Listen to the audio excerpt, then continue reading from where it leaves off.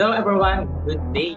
So great news kasi may papakalala ko sa inyo na dating empleyado and the same time OFW na mas pinili mag-business dito sa digital business. And so hello Hello. mentor. Yes, hello. Hello, Ken, Coach Ken. Hello, mga kababayan natin sa iba't ibang bansa. Ako po si Jessica May Rosal. Yun. So, salamat po, Coach Ken, sa pag-interview mo sa akin today. Ayan. Anyway po mentor, ano po pala yung background mo? Background ko, matagal na po akong nagtatrabaho. Dati po akong empleyado. Ayan, mag-share screen po ako para makita nyo po yung aking background. Ayan. So, malinaw naman po ba yung slides? Yes Malinaw mentor, naman. Okay, so yan po yung pangalan ko, Jessica May Peralta Rosal. Tapos, ito po ako before. Ayan. So, dati po akong call center employee. So, matagal po ako naging call center. Ang una kong trabaho, nagbebenta po ako ng mga magazine sa USA. Tapos, nagre-recruit po ako ng volunteer for the American Diabetes Association. Tapos, nag-try din po ako mag-Singapore as an OFW. So, ang in-apply ko po talaga sa Singapore is call center agent. Kasi hindi po ako nabigyan ng pass, kaya po napilitan po akong mag-alaga ng bata. So, background ko, matagal po ako nagtrabaho. 8 years po yung aking pagtatrabaho, pero walang ipon. Ang naipon ko, puros utang. Lahat utang, sakit ng ulo at sakit sa bulsa at sakit sa katawan. Yun po. Yun, Coach Ken. yan. Anyway mentor, tanong ko lang din, ano pala yung so far, ano pala yung mga naging resulta mo dito sa digital business? Actually, nagpapasalamat ako sa digital business kasi kumbaga dito nagbago yung buhay ko. Ang daming transformation. Ayan, so eto po kung makikita niyo po kasama ko dito yung kapatid ko. Ayan, kung nakikita niyo po yung picture namin before, mukha po kami mga gangster. Ayun.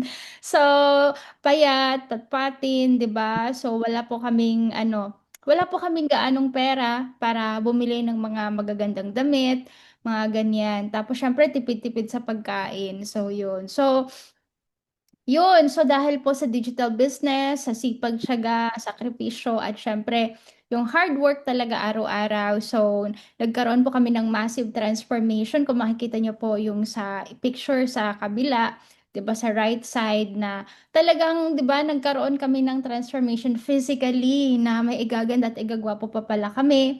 'Di ba? Tapos nagkaroon ng pera, nagkaroon ng ipon. Ayan. Tapos, ito naman po, personally, ang naging transformation ko na dati po akong may sakit, hyperthyroidism po yung tawag na papayat po ako ng papayat dahil sa malnutrition. So, yun. So, dahil po sa products ng company na sobrang ganda, 'di ba? So tinitake ko po siya habang ginagawa yung digital business. So naayos po yung kalusugan ko. Yun po yung isa sa mga priceless dito kasi habang ginagawa mo yung business, naaalagaan mo yung health mo plus kumikita ka pa ng malaki. 'Di ba? So, yun po yung isa sa mga pinaka priceless na naibigay sa akin ng digital business. Tapos, syempre, income. Ayan. So, pareho po kaming OFW ng kapatid ko. Kapatid ko po ay sa seaman, di ba?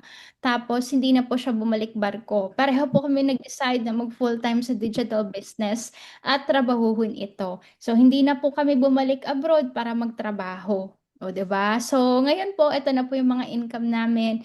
Noong 2023, kumita po ako ng 3 million. Kapatid ko po 2 million. So, all in all, that's 5 million sa aming dalawa. And this 2025, first quarter of 2025, combined income po namin is 1.3 million.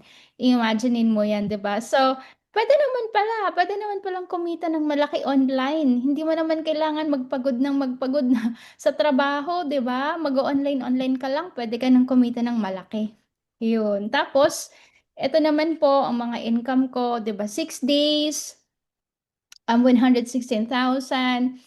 Another 1 week income, 119,000. Then panahon po ng pandemic, yung coronavirus, yung naka-lockdown tayo, 'di ba? So walang magawa, walang trabaho. Kami po tuloy-tuloy yung business namin kasi digital business po ito. nag times 2, times 3 po talaga yung aming income. So, ang cheque ko po dito ay 678,878. Then, ito po yung mga income ko, minimum 201,000, 300K, nasa 599,000, and pinakamalaking income ko po for 1 month is 639,959. So, imagine niyo po gaano kaganda yung digital business na wala pong limit dito yung magiging income mo.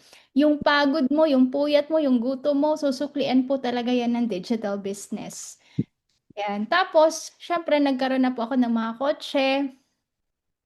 First car ko po is Toyota Vios. Second car ko po is Montero Sports.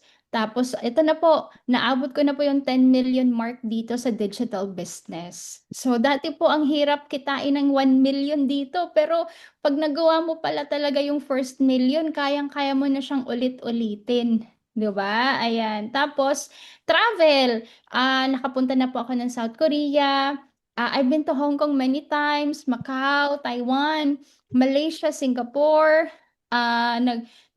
nakasakay po ako ng Royal Caribbean Cruise. So, nakakatuwang isipin na lahat ng ito ay bigay ng digital business na alam mo yon dati nag-abroad ka para magtrabaho, pero ngayon, 'di ba, nag-abroad ka para magbakasyon. 'Yun. Tapos ngayon po, dahil sa digital business, nandito na po ako sa ibang bansa, sa Australia.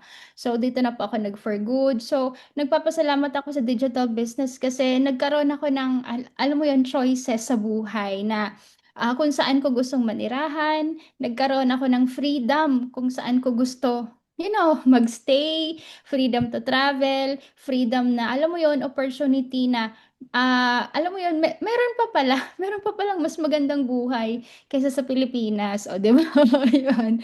Yun. So, nakakatuwa. And nakaka-excite kasi ang dami pa nating pwedeng gawin and pagtulungan kasi tapos nakakatuwa kasi ito sinishare ko sa inyo. Dati wala naman ako, walang pera. Di ba?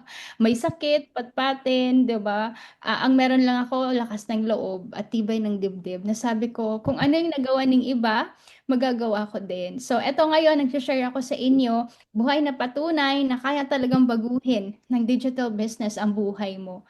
Kaya maganda lakasan niyo yung loob nyo. Okay? Kasi kung ano yung nagawa ko, kung anong nangyari sa buhay ko, for sure mangyayari din sa inyo. Yun, Coach Ken. Oo naman, mentor, di ba? Yun nga, kapag nasa tamang opportunity ka talaga, hindi ka lang um, yayaman, kundi gaganda ka pa. So, yun nga, mentor, message mo na lang po sa lahat ng mga kapanood ni Comment. Sa lahat ng makakapanood nito, sana lakasan mo yung loob mo. Sana mag-try ka.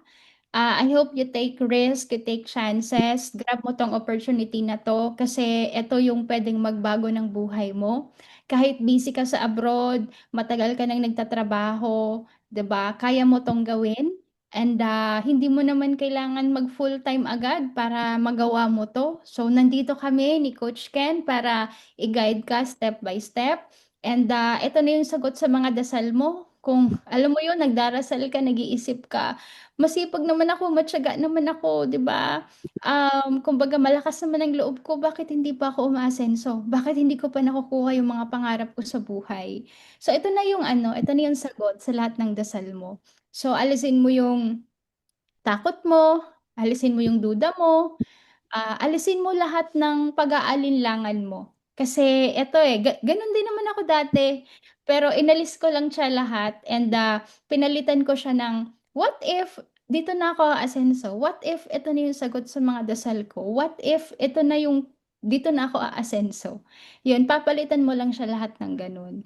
And ako naniniwala ako na pag nag-try ka dito at ginawa mo yung best mo, dito ka na yayaman, dito mo na makukuha lahat ng gusto mo, and dito mo na mai-enjoy yung buhay mo. Magkakaroon ka ng maraming ipon, maraming savings, maraming panahon para sa sayo, sarili mo, sa pamilya mo, nang hindi ka nagkakandara pa sa pagod na kumita ng pera.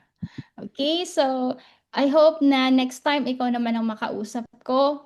Tayo naman magtulungan and mas masaya na marami tayong asensado sa buhay. Marami tayong mayayaman. 'Di ba? Mas masaya ang mundo pag marami tayong asensado sa buhay.